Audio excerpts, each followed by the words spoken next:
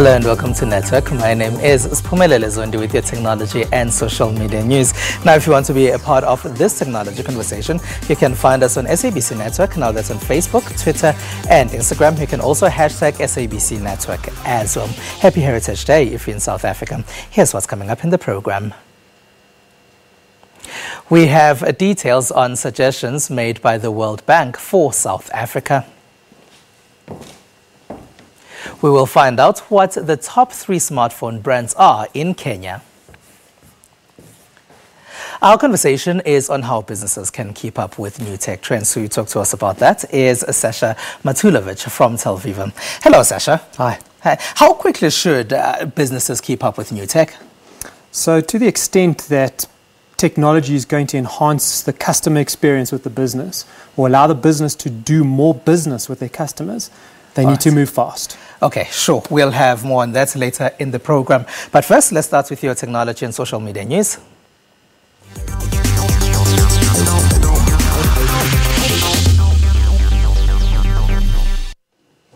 The World Bank says South Africa's economy will not grow fast enough if the country doesn't tap into its innovation potential. It says new technologies aren't used properly by South African authorities to help entrepreneurs. Their new report also says high internet costs are also a red flag that blocks people from starting new businesses. Researchers also found that the majority of South Africans have experienced poverty in the last few years. The World Bank has reviewed South Africa's growth potential to 0.6% for this year.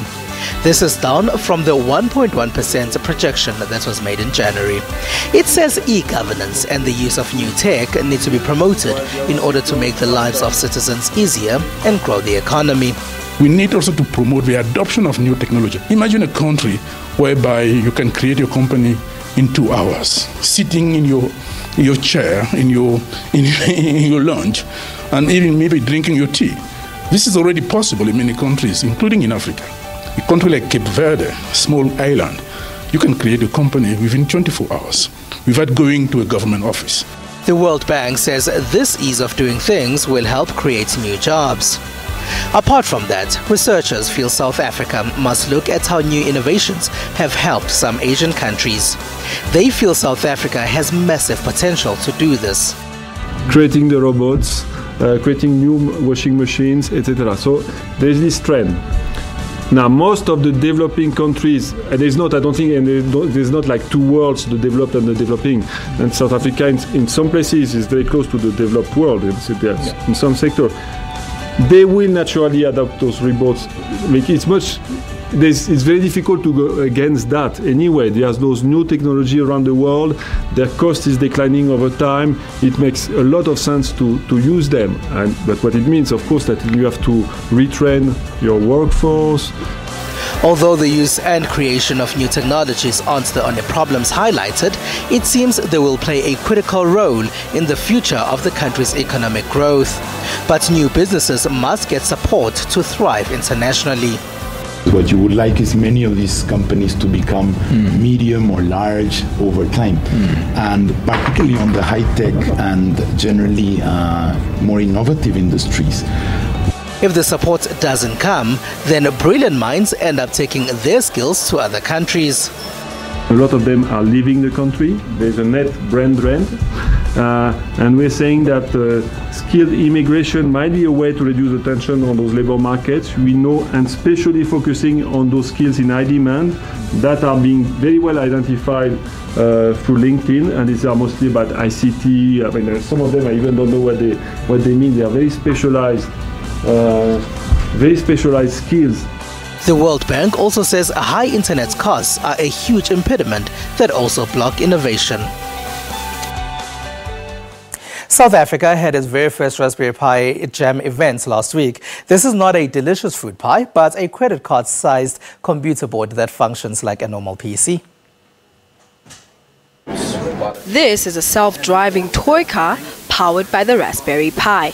And no, it's not a fruit pie. Which is a credit card-sized computer that was developed in the UK about 5 years ago, specifically to promote education or to try and create more people, children specifically, that can get excited about computer programming and physical computing. The credit card-sized computer board can run the same basic functions as a PC, but costs a fraction of the price.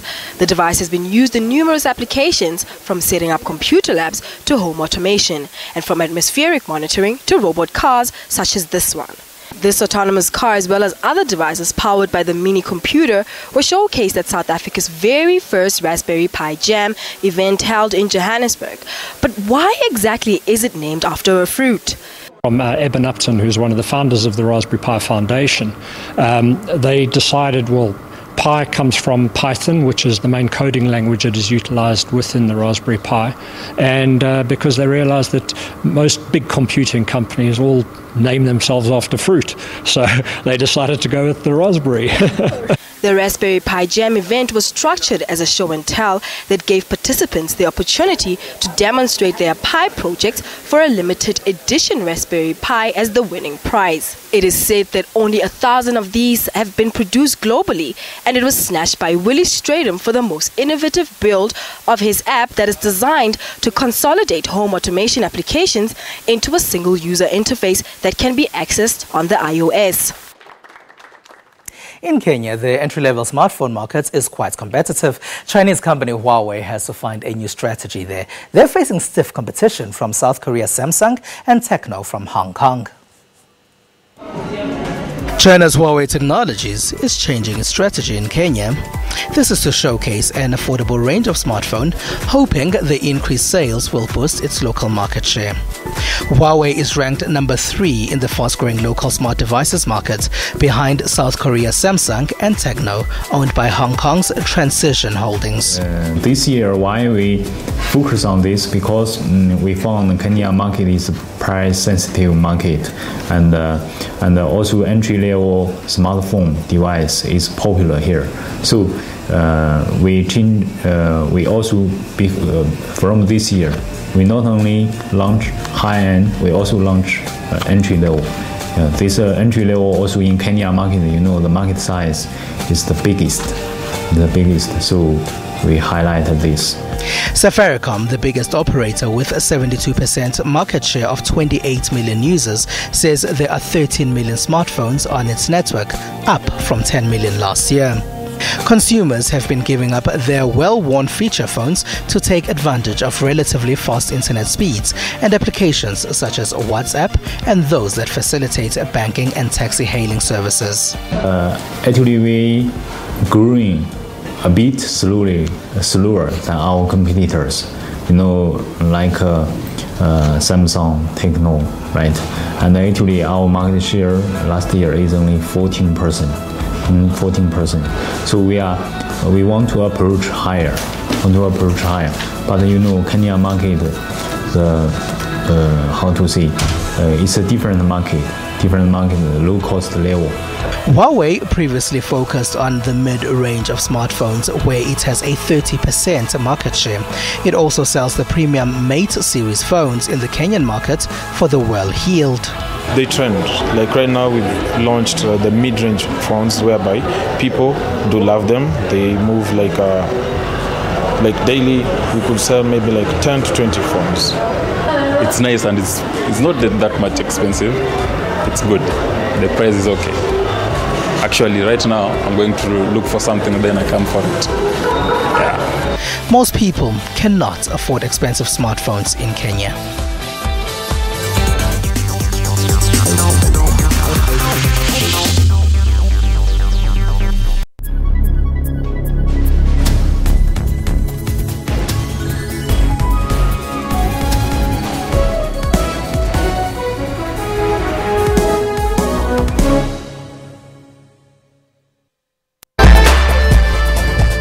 Why is there a dispute over who is the rightful heir to the throne? What I can say is that Masindi is a woman. She's a girl. She's a girl child. Because I think that if she was a male, there's no way that anybody was going to dispute the fact that she is the rightful heir. Do you recognize her as your rightful heir? Yeah, no, I will definitely say that she is my daughter. She grew up there. What is the intention?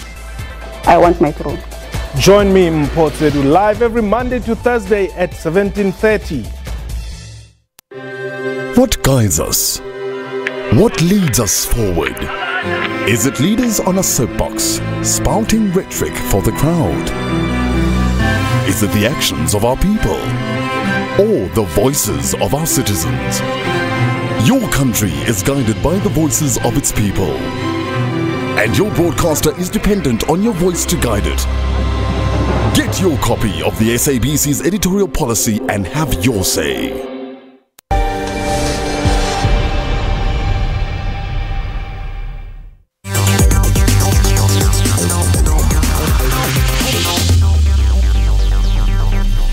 It is the SABC Network on Facebook, Twitter, and Instagram. News Network at sabc.co.za on email.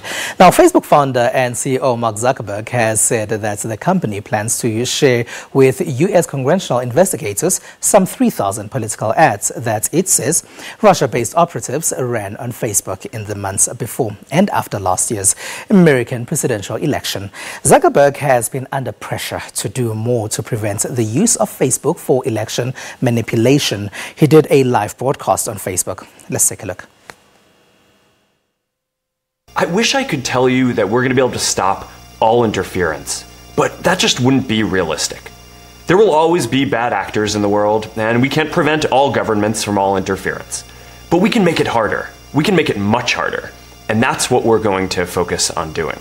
So today, I want to share the steps that we're taking to protect election integrity and make sure that Facebook is a force for good in democracy. And while the amount of problematic content that we've found so far remains relatively small, any attempted interference is a serious issue. So here are 9 things that we're going to be working on over the next few months. First, we are actively working with the US government on its ongoing investigations into Russian interference. We've been investigating this for many months now, and for a while we had found no evidence of fake accounts linked to Russia running ads. And when we recently uncovered this activity, we provided that information to the special counsel. We also briefed Congress, and this morning I directed our team to provide the ads we've found to Congress as well. Now, as a general rule, we're going to be limited in what we can discuss publicly about ongoing law enforcement investigations, so we may not always be able to share all of our findings publicly.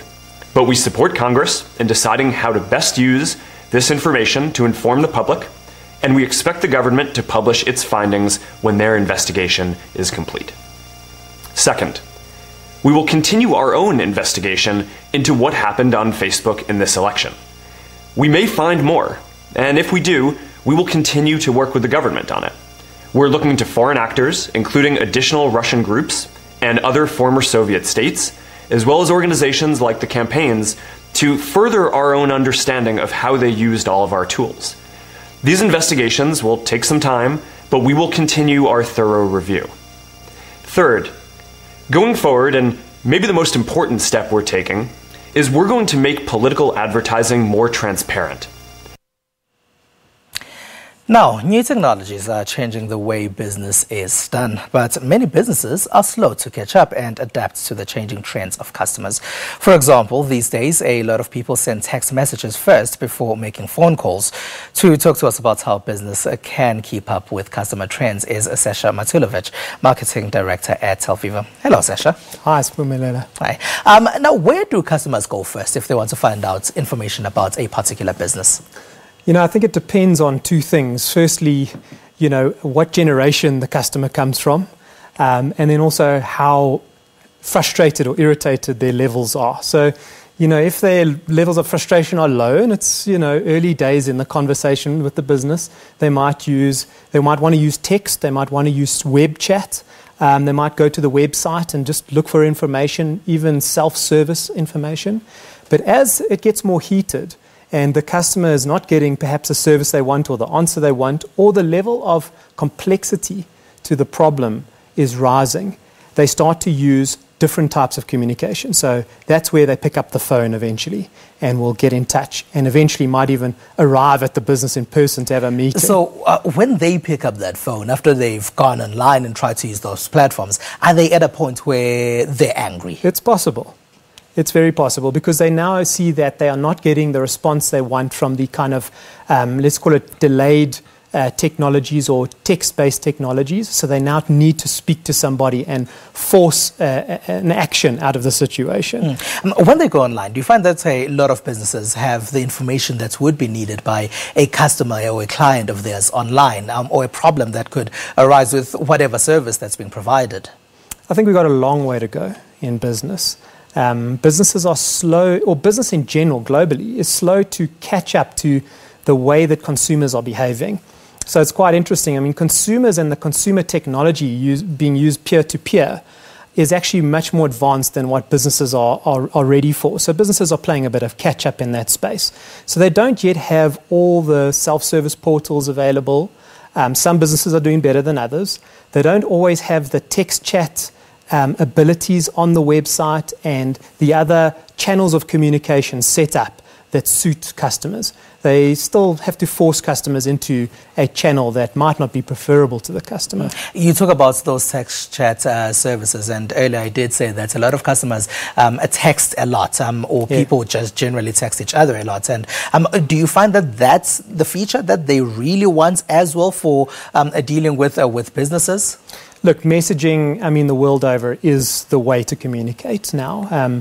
There's statistics out there that 70+% of people would prefer to get serviced via text than via any other medium. So it's certainly a text-first, mobile-first world we're moving into. So that's a huge component, and it has to come, and it has to come a lot quicker than it has in the business context. And then there's the issue of the call center. We've heard many stories of people who call call centers and don't get the help that they need. How should call centers be used in 2017? Okay, so there's a couple of parts to that. I mean, firstly, we've just talked about text. So call centers should literally have a division that just answers texts. So it's the same concept of giving customer service, but over text as you would have over voice. Then from the voice side, one needs to combine all the customer's data, because what's quite important is when the customer calls in, how fast and how accurately can you service that customer? And to do that, you need to have context. You need to understand where's this customer coming from, what have they bought from you in the past, and you need to pull that information together quickly so that you don't have to ask the customer to tell you the story over and over again. I'm sure we've all been in this position where we have to explain the history and all that. So there's something called, let's say, omni-channel, which is really what it's doing. An omni-channel telecom solution is pulling all the channels together so a customer can communicate via many channels, one of them being text. And then there's what's called CRM, which is customer relationship management, that's sitting in the background, is helping pull all that information from the database so that the operator who's dealing with the customer can actually give the customer what they want at speed. A problem that a lot of people have had, and the problem that I certainly have had, is when you're trying to get help and you find that the person who's helping you today doesn't have the information that you gave yesterday, and that person didn't have the information you gave the previous day. How should that be solved? Yeah, so there again, that's a breakdown in the...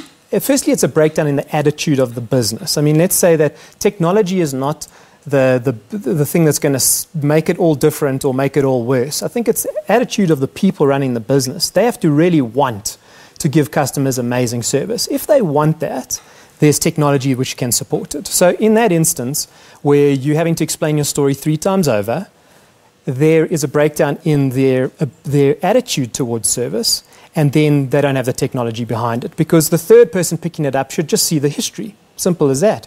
This is when the person called, this is what they discussed, here are voice recordings, here's text, here's, all the information should be at their fingertips so they can catch up, they can get to where you're at very quickly.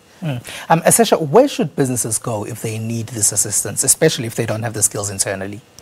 Look, I mean, I think that we are technology companies and we believe we've got an important role to play in supporting this. But as I say, I think it's first an attitude towards the importance of the customer experience that needs to happen. So businesses need to take that seriously internally first. They need to work with their staff and with their executives and the leaders in the business and everyone in the business to get that attitude right.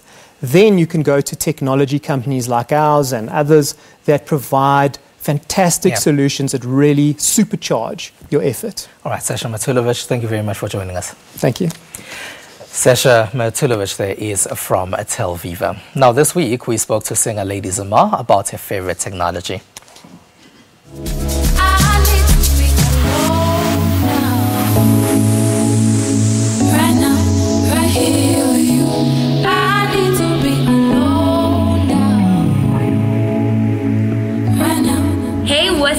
My name is Lady Zamar, and my favorite piece of technology is the microwave. I know that's kind of strange, but I hate eating cold soup. I think when God gave somebody the idea that there's a microwave that can heat up food, that was like one of the best things. It's just like when you discover fire. Who doesn't like the discovery of fire? So I love the discovery of the microwave. I need to tell Charlotte, he don't need to Charlotte. I need to speak to Charlotte. I need to see Charlotte. I need to tell Charlotte. He don't need to Charlotte. I need to speak to Charlotte. I need to call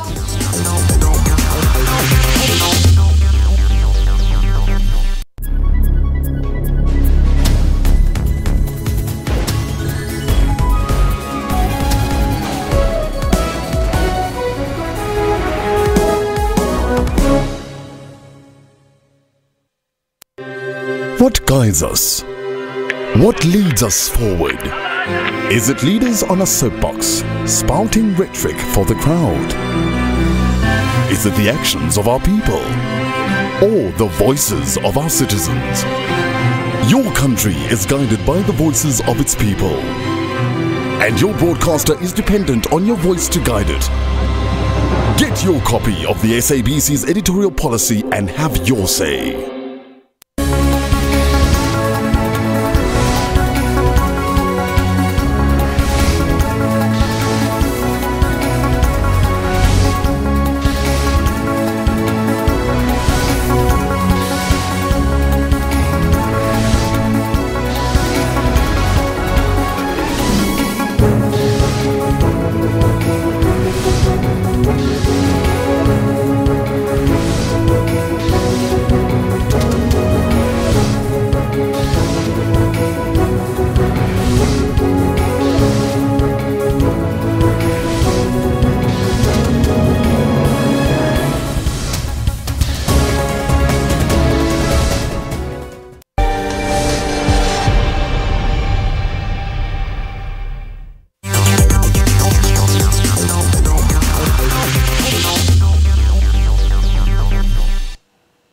It is the SABC Network on Facebook, Twitter and Instagram. Thank you very much for staying with the program. Now, this week's Tech Wrap is all about robotics with a little bit of chip innovation. Let's take a look.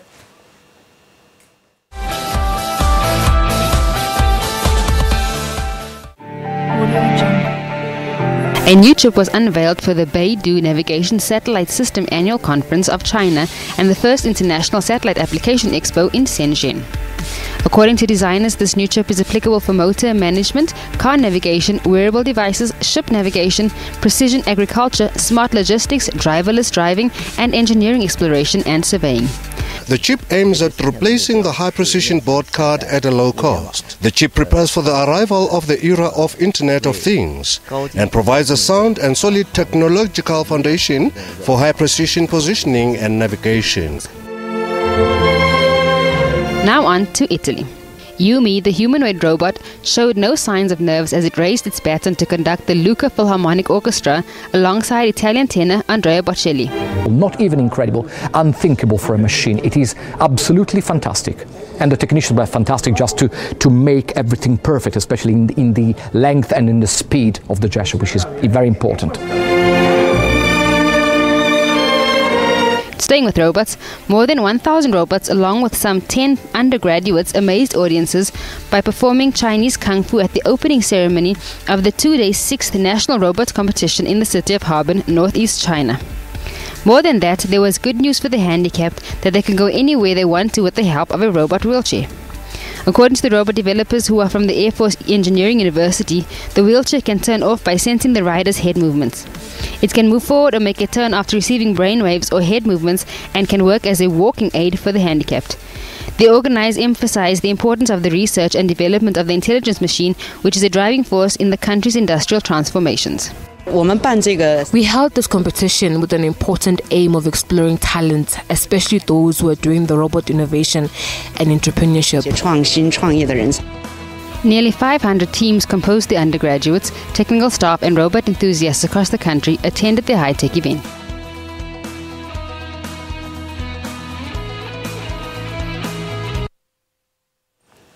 Now, we had various people trying out the BlackBerry Key 1 and they told us what they think about the company's latest Android-powered phone.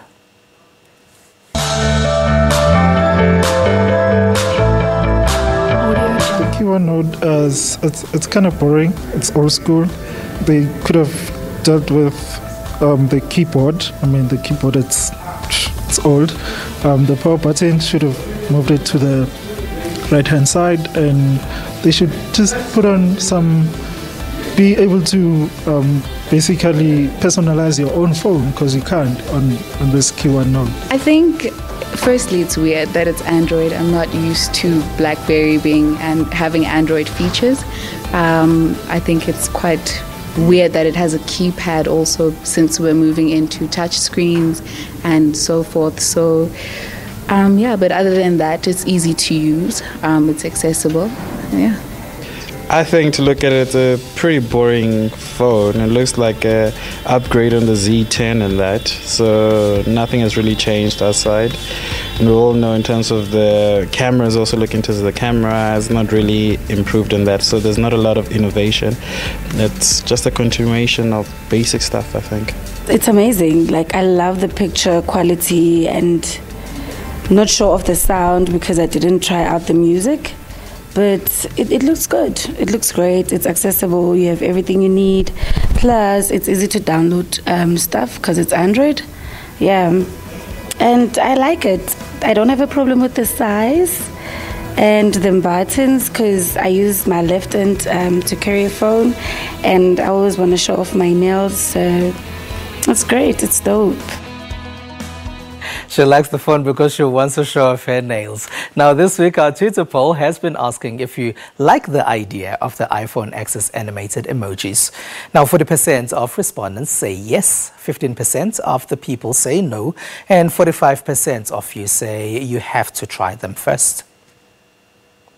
And that's all we have for you. Find us on SABC Network. Now that's on Facebook, Twitter and Instagram. It's newsnetwork@sabc.co.za on email. Now, Finnish mobile games maker Rovio Entertainment has set a price range for its planned listing that would value the maker of Angry Birds at up to 14.3 billion rand. This is below potential values cited in media reports. We leave you with visuals from the Angry Birds video game. From me and the rest of the network team, have a good one. Ribs! Giblets!